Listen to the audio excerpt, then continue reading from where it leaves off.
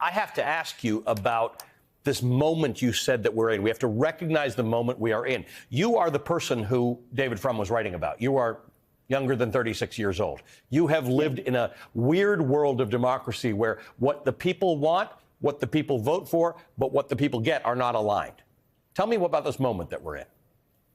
Absolutely. This is a moment where we've come to a confluence of so much, whether it be fascism or authoritarianism. We see Republicans trying so many different ways to silence the majority of voices, young voices, Black and brown voices, marginalized voices, who are starting to recognize that we haven't had a government for and by and of the people. And in recognizing that, we're seeing opportunities to start to wrestle power from them. We're seeing that at state level and state houses. We're seeing that at the congressional level. We're seeing that with young people marching out of high schools. But we're recognizing that the time for us to wait for power is never going to be right for us, that we have to take it. And there is, I think, a hope in that. There is encouragement in that. But also there is a ferocity that we're not going to be able to contain. And that's what we're seeing right now. Tell me what, I only want to know what the ingredients of this are so that people who want to replicate it, so many of our viewers wonder about this. What are the ingredients that went into this? 5 years ago, we had March for Our Lives after a school shooting that was just one more school shooting that we didn't think we were going to have. A few years ago, we had George Floyd and those police killings and a sort of a resurgence of the civil rights movement. What is it that has called people to say, young people, to say, we're taking the reins now? It's time for you all to either fix it or move on. Like our press conference, our rally yesterday, they're fed up. We are tired. We're fed up.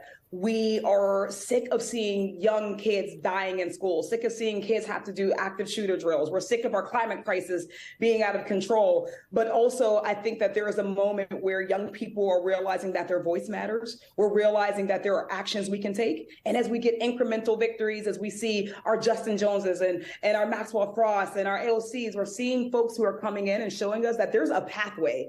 And as we respect that, as we honor that, as we nurture their voice and their vision, we give them to the space to claim. We give them the space to come in and show us that there's a different way that our country can run and a different direction we can go to. The recipe for that is respect. It's honoring their movement. It's honoring their voice and not trying to neutralize and contain them, but instead letting them be their full selves wherever they are, whether it's on the outside or the inside. In both Tennessee and in Montana, and I'm sure in state houses across the country, that the allegation with the Justins and with Zooey Zephyr is a breach of decorum.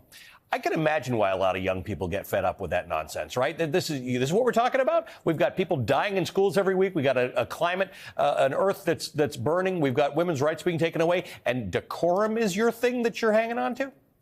Yeah, and we see that often, right? When we have fascists who are attempting to continue to suppress us, continue to oppress us, they lean on their old rules, their old traditions, rules and traditions that were not made with us in mind. They weren't made when we were even in these spaces.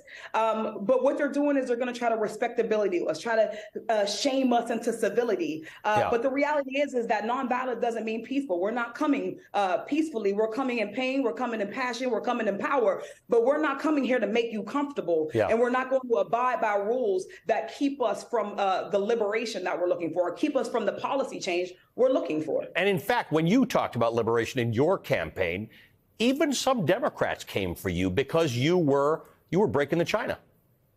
Yeah.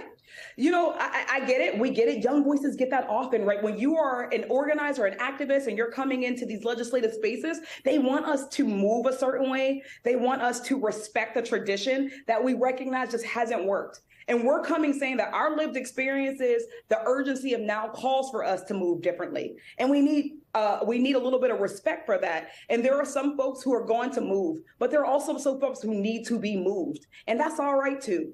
Everybody has a time in the season. It's our time in our season now. And we're creating our own space if they won't let us have it.